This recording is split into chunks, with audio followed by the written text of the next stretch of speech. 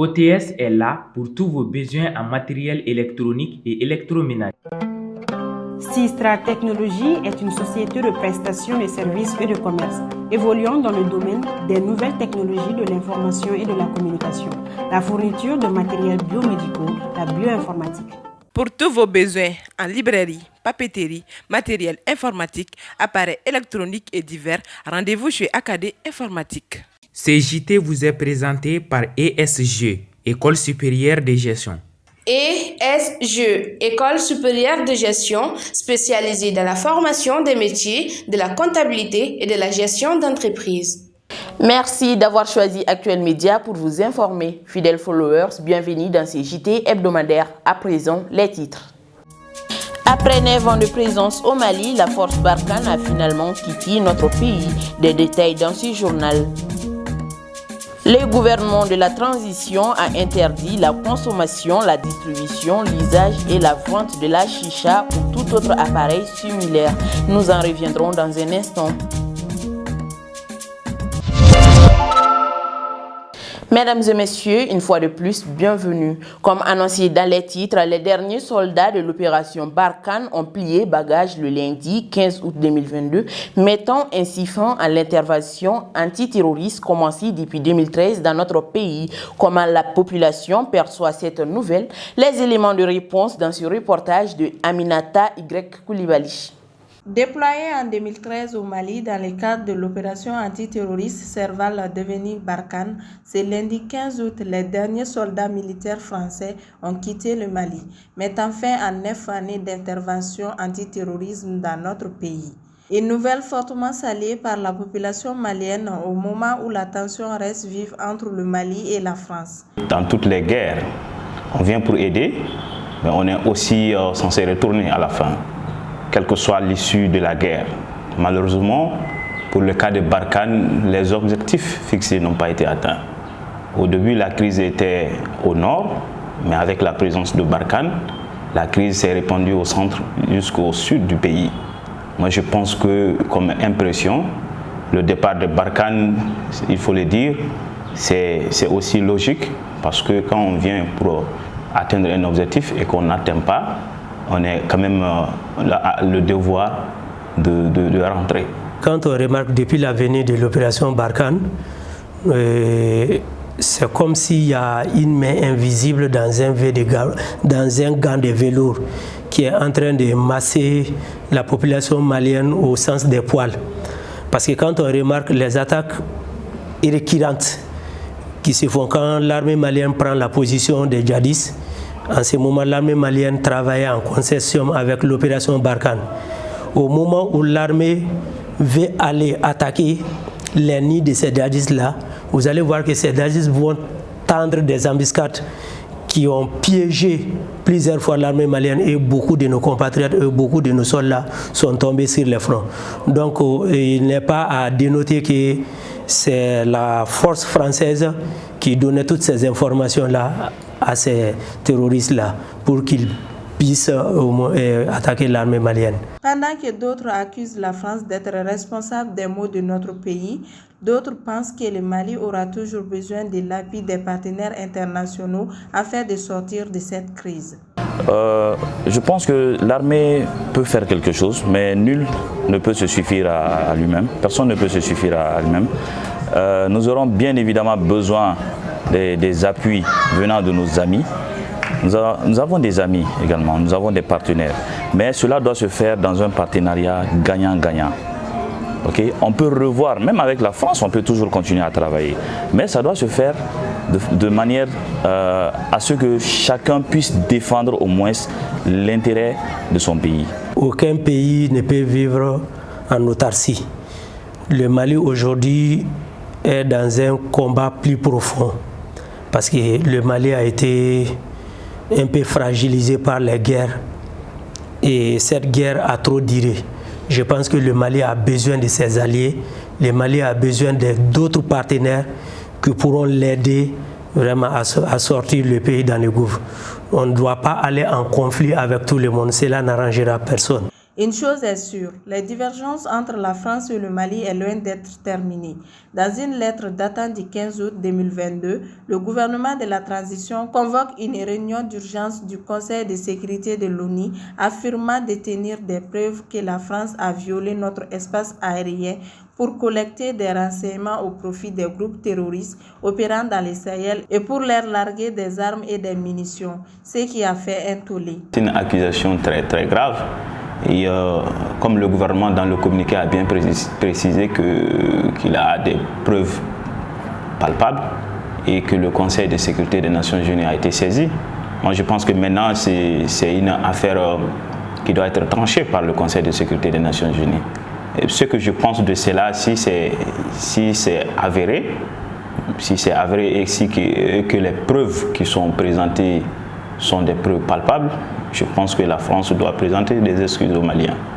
Parce que là, si on ne sait pas ce que la France a joué comme rôle pendant 9 ans de présence, et qu'on arrive à conclure qu'elle n'était pas sincère dans les relations avec le Mali, et aujourd'hui elle veut rester dans le Sahel.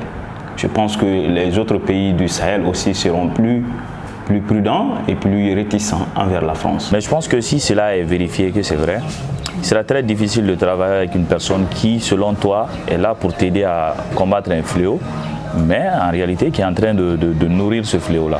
Maintenant, ça reste à voir. Le comité de sécurité de l'ONU est là. Ils vont peut-être statuer sur le cas et on verra ce que ça va donner. Des tensions entre le Mali et la France ne sont pas nouvelles depuis le début de la transition, mais cette fois-ci, la rupture semble totale.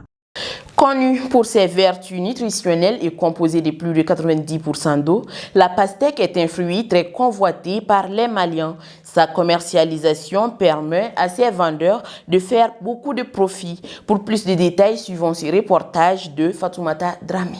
Fruit juteux et savoureux, la pastèque trouve sa place sur la table à manger. Elle est reconnue pour ses propriétés anti-inflammatoires. Ce fruit délicieux est gorgé d'eau, de sucre, de fibres et de nutriments essentiels comme la vitamine A, B6 et C, des antioxydants, des lycopènes, des acides aminés et du potassium. Elle est l'idéal pour s'hydrater avec peu de calories. Depuis quelque temps, les vendeurs de pastèques envahissent les ruelles et places publiques de la capitale. C'est sans doute la saison. Je me suis lancé dans cette activité il y a 4 ans de cela. Les pastèques proviennent très souvent de Ségou et de Beledou. Les prix varient de 500 à 1000 ou 1500 francs. Par la grâce de Dieu, le marché est... L'engouement de ce consommateur pour ce fruit saisonnier est sans fin. La pastèque est mon fruit préféré. Je la consomme quotidiennement. Elle est bonne pour la santé. Elle nettoie également les poches. Ce vendeur nous révèle ses prix et les saisons propices de la culture des pastèques. Le marché est plus ou moins bon. Certains pensent que les pastèques ne sont pas encore mûres, or que c'est le contraire. Les prix varient entre 2500 et 2000, 1500. Le prix minimum est de 1000 francs CFA. En plus de son importance pour la santé de l'homme, la vente de pastèques compte parmi les activités rentables du pays. Beaucoup en tirent profit. Par-delà, elle prévient ainsi les maladies cardiovasculaires grâce aux vitamines qu'elles contiennent. Je le disais dans les titres, la commercialisation et la consommation de la chicha sont désormais interdites sur toute l'étendue du territoire national. L'annonce a été faite dans un communiqué du gouvernement de la transition publié le 15 août 2022. Cette décision a suscité beaucoup de réactions dans la capitale. Suivons ce reportage signé Nana Kadidja Koni. La chicha, appelée aussi narguilé, a aujourd'hui conquis le monde entier. Cette pipe à eau permettant de fumer un mélange de tabac et de mélasse aromatisée est devenue un vrai phénomène de société. Depuis un certain temps, sa consommation avait pris de l'ampleur et est devenue même le passe-temps favori de certains, malgré les risques qu'il encourt. Elle est aujourd'hui consommée dans la sphère privée, mais aussi dans les lieux spécifiques comme les bars à chicha, les boîtes de nuit, etc. Face à l'arrêté interministériel du gouvernement de la transition datant du 15 août 2022 portant l'interdiction de l'importation, la distribution, la vente et l'usage de la chicha dans tous les pays. Certains consommateurs et vendeurs jugent juste la décision.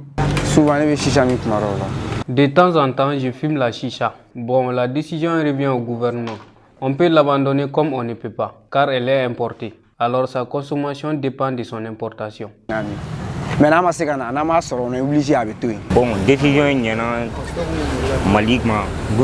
Cette décision du gouvernement est une bonne chose pour le Mali. Nous sommes des élèves, c'est pendant les vacances que nous nous débrouillons avec sa vente pour satisfaire nos clients. Si le gouvernement a pu arrêter son importation, nous serons obligés de s'y adapter.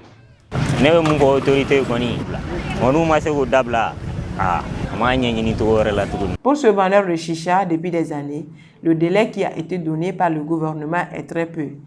Ouais, bon, vraiment, mais vraiment, certes, leur décision est bonne, mais le délai qu'ils nous ont donné est très peu, parce que nous avons trop dépensé et nous avons des stocks que nous ne pouvons même pas vendre dans 2 ans. Donc, ce que je peux dire aux autorités, c'est de revoir les délais, parce que la plupart des jeunes vivent de sa vente, surtout face à la situation actuelle du pays. Donc, c'est pour augmenter le taux de chômage au Mali. Un peu loin, nous retrouvons une vieille dame qui se réjouit de cette décision du gouvernement.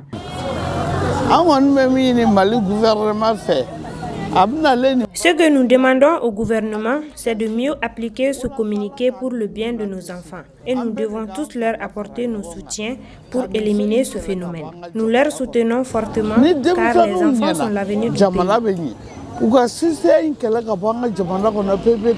Selon l'arrêté, toute personne qui se rend coupable de la production, la commercialisation ou l'importation de la chicha ou tout autre appareil similaire sera punie d'un approvisionnement d'1 à 10 jours et une amende de 300 à 18 000 francs CFA. Quant aux importateurs, propriétaires de bars, restaurants, nightclubs, les autorités leur ont donné un délai de 6 mois pour se conformer à la. À retenir que selon OMS, une séance de chicha revient à fumer entre 20 à 30 cigarettes. C'est pourquoi on dit que la chicha est plus nocive que la cigarette. À présent, l'actualité nationale et internationale en brève image avec Abdoulaye Maïga. Dans le cadre du recensement général de la population et de l'habitat, qui a débuté depuis le 15 juin dernier dans le pays, consistant à connaître le nombre de personnes et de logements, le président de la transition, Assimi Goïta, a effectué son enregistrement ce vendredi 19 août 2022. Il a annoncé que les résultats qui vont être obtenus au cours de cette opération permettront aux autorités d'œuvrer pour l'amélioration des conditions de vie des populations. Suite à la découverte de 20 corps momifiés près de la ville de Benin dans l'état d'Edo au Nigeria, le mercredi 17 août 2022, 3 suspects ont été arrêtés par la police du sud du Nigeria. Le lieu de la découverte de ce corps a suscité des polémiques entre la police et un groupe se réclamant de la société civile. Selon la police, les corps constitués de 15 hommes, 3 femmes et 2 enfants se trouvaient dans un sanctuaire vaudou, alors que selon le groupe d'individus, ce n'est pas un sanctuaire mais plutôt une morgue récemment construite pour accueillir les corps d'un ancien établissement. Après avoir rapatrié en mars dernier l'ex-caporal algérien Mohamed Ben Hamila à son pays, les avocats de ces militaires ont déposé une plainte au début de ce mois devant l'ONU contre l'Espagne pour la dénoncer. Dans cette plainte divulguée par l'AFP ce jeudi 18 août 2022, la loi espagnole interdit l'extradition d'une personne s'il elle court le risque d'être torturée ou maltraitée, mais aussi en cas de menace d'exécution d'une peine de mort. Depuis son arrivée, il se trouve en prison. En état en Espagne, il avait été condamné par contumace à 10 ans de prison pour rébellion après avoir pris part au mouvement de contestation anti-régime qui avait conduit à la chute de l'ancien président Abdelaziz Bouteflika. Les autorités éthiopiennes ont annoncé jeudi le 18 août 2022 qu'elles souhaitent entamer des pourparlers pour un cessez-le-feu avec les chefs rebelles de la région de Tigré. Pour ce faire, les autorités veulent que ces pourparlers aient lieu dans les jours à venir pour trouver un accord sur le cessez-le-feu, mettre en place un dialogue politique approfondi entre les deux parties et ensuite, elles veulent que les questions en suspens soient abordées. C'est tout pour ce journal. Merci à vous de l'avoir suivi et bonne suite de programmes sur Actuel Média.